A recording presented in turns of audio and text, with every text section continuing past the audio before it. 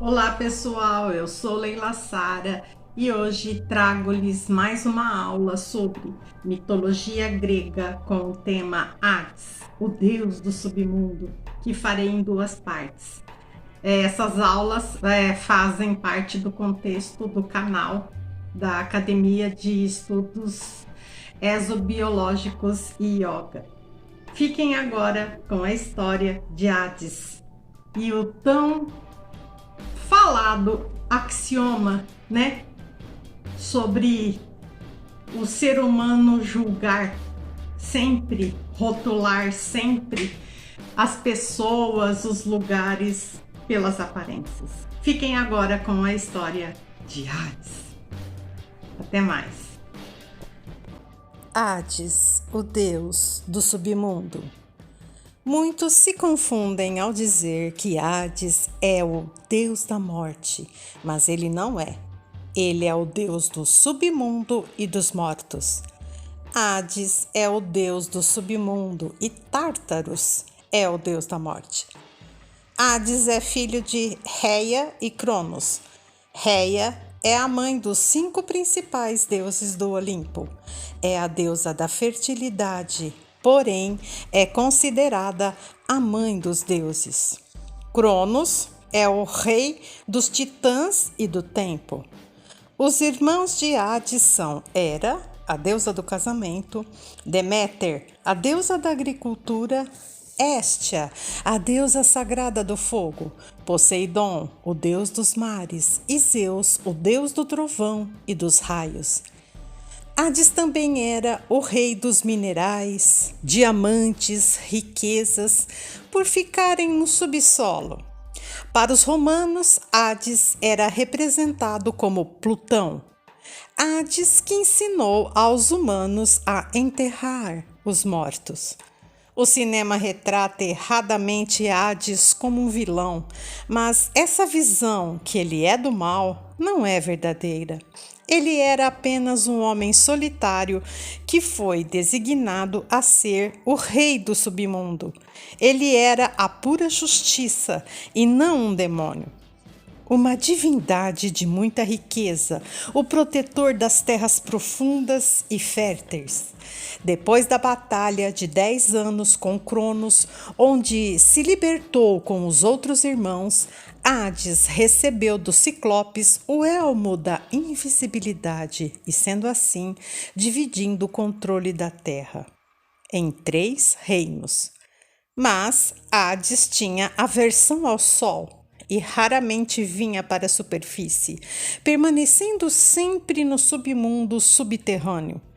Para quem acha que Hades era um ser horrendo, tenebroso, feio, nojento, engana-se, porque ele tinha a aparência muito parecida com a de Zeus e Poseidon, com longos cabelos e corpo escultural. Apenas não gostava de muitas roupas. Hades também tinha o cão Cérbero, de 3 cabeças, que protegia a entrada do reino para as almas não fugirem. O submundo estava em uma passagem embaixo da terra, onde qualquer ser humano poderia sim entrar, mas Cérbero jamais deixaria sair, vivos ou mortos. As almas, após passarem por Cérbero, se deparavam com 5 rios, sendo o mais famoso o rio Estige. A alma precisava pagar o barqueiro do local, o Caronte, onde os gregos costumavam colocar moedas nos olhos ou na boca dos mortos. Se não tivesse as moedas para pagar o Caronte, a alma ficaria presa entre a terra e o submundo inferior.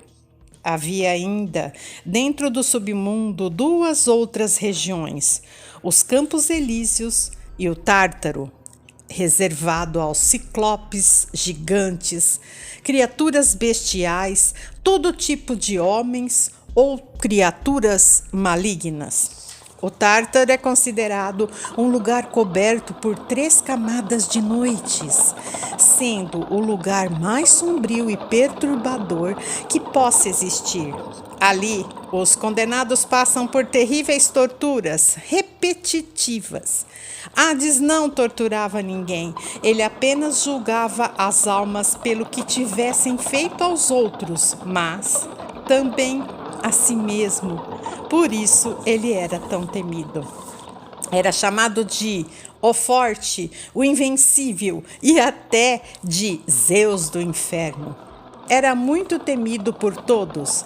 Dentre uma das passagens de sua história, na luta travada com os deuses e os gigantes, como Tifão e Priareu, que foram aprisionados dentro de um vulcão, mas sempre tentavam fugir, provocavam enormes perturbações e cataclismas, Hades então sobe à terra e vai até o Olimpo falar com seu irmão Zeus, que, na ocasião, dava um enorme banquete onde nunca Hades era convidado. Nessa saída à superfície, Hades conhece Perséfone e se apaixona por ela. Mas essa história eu vou contar na próxima aula de mitologia. Até lá! E aí, gostaram da história?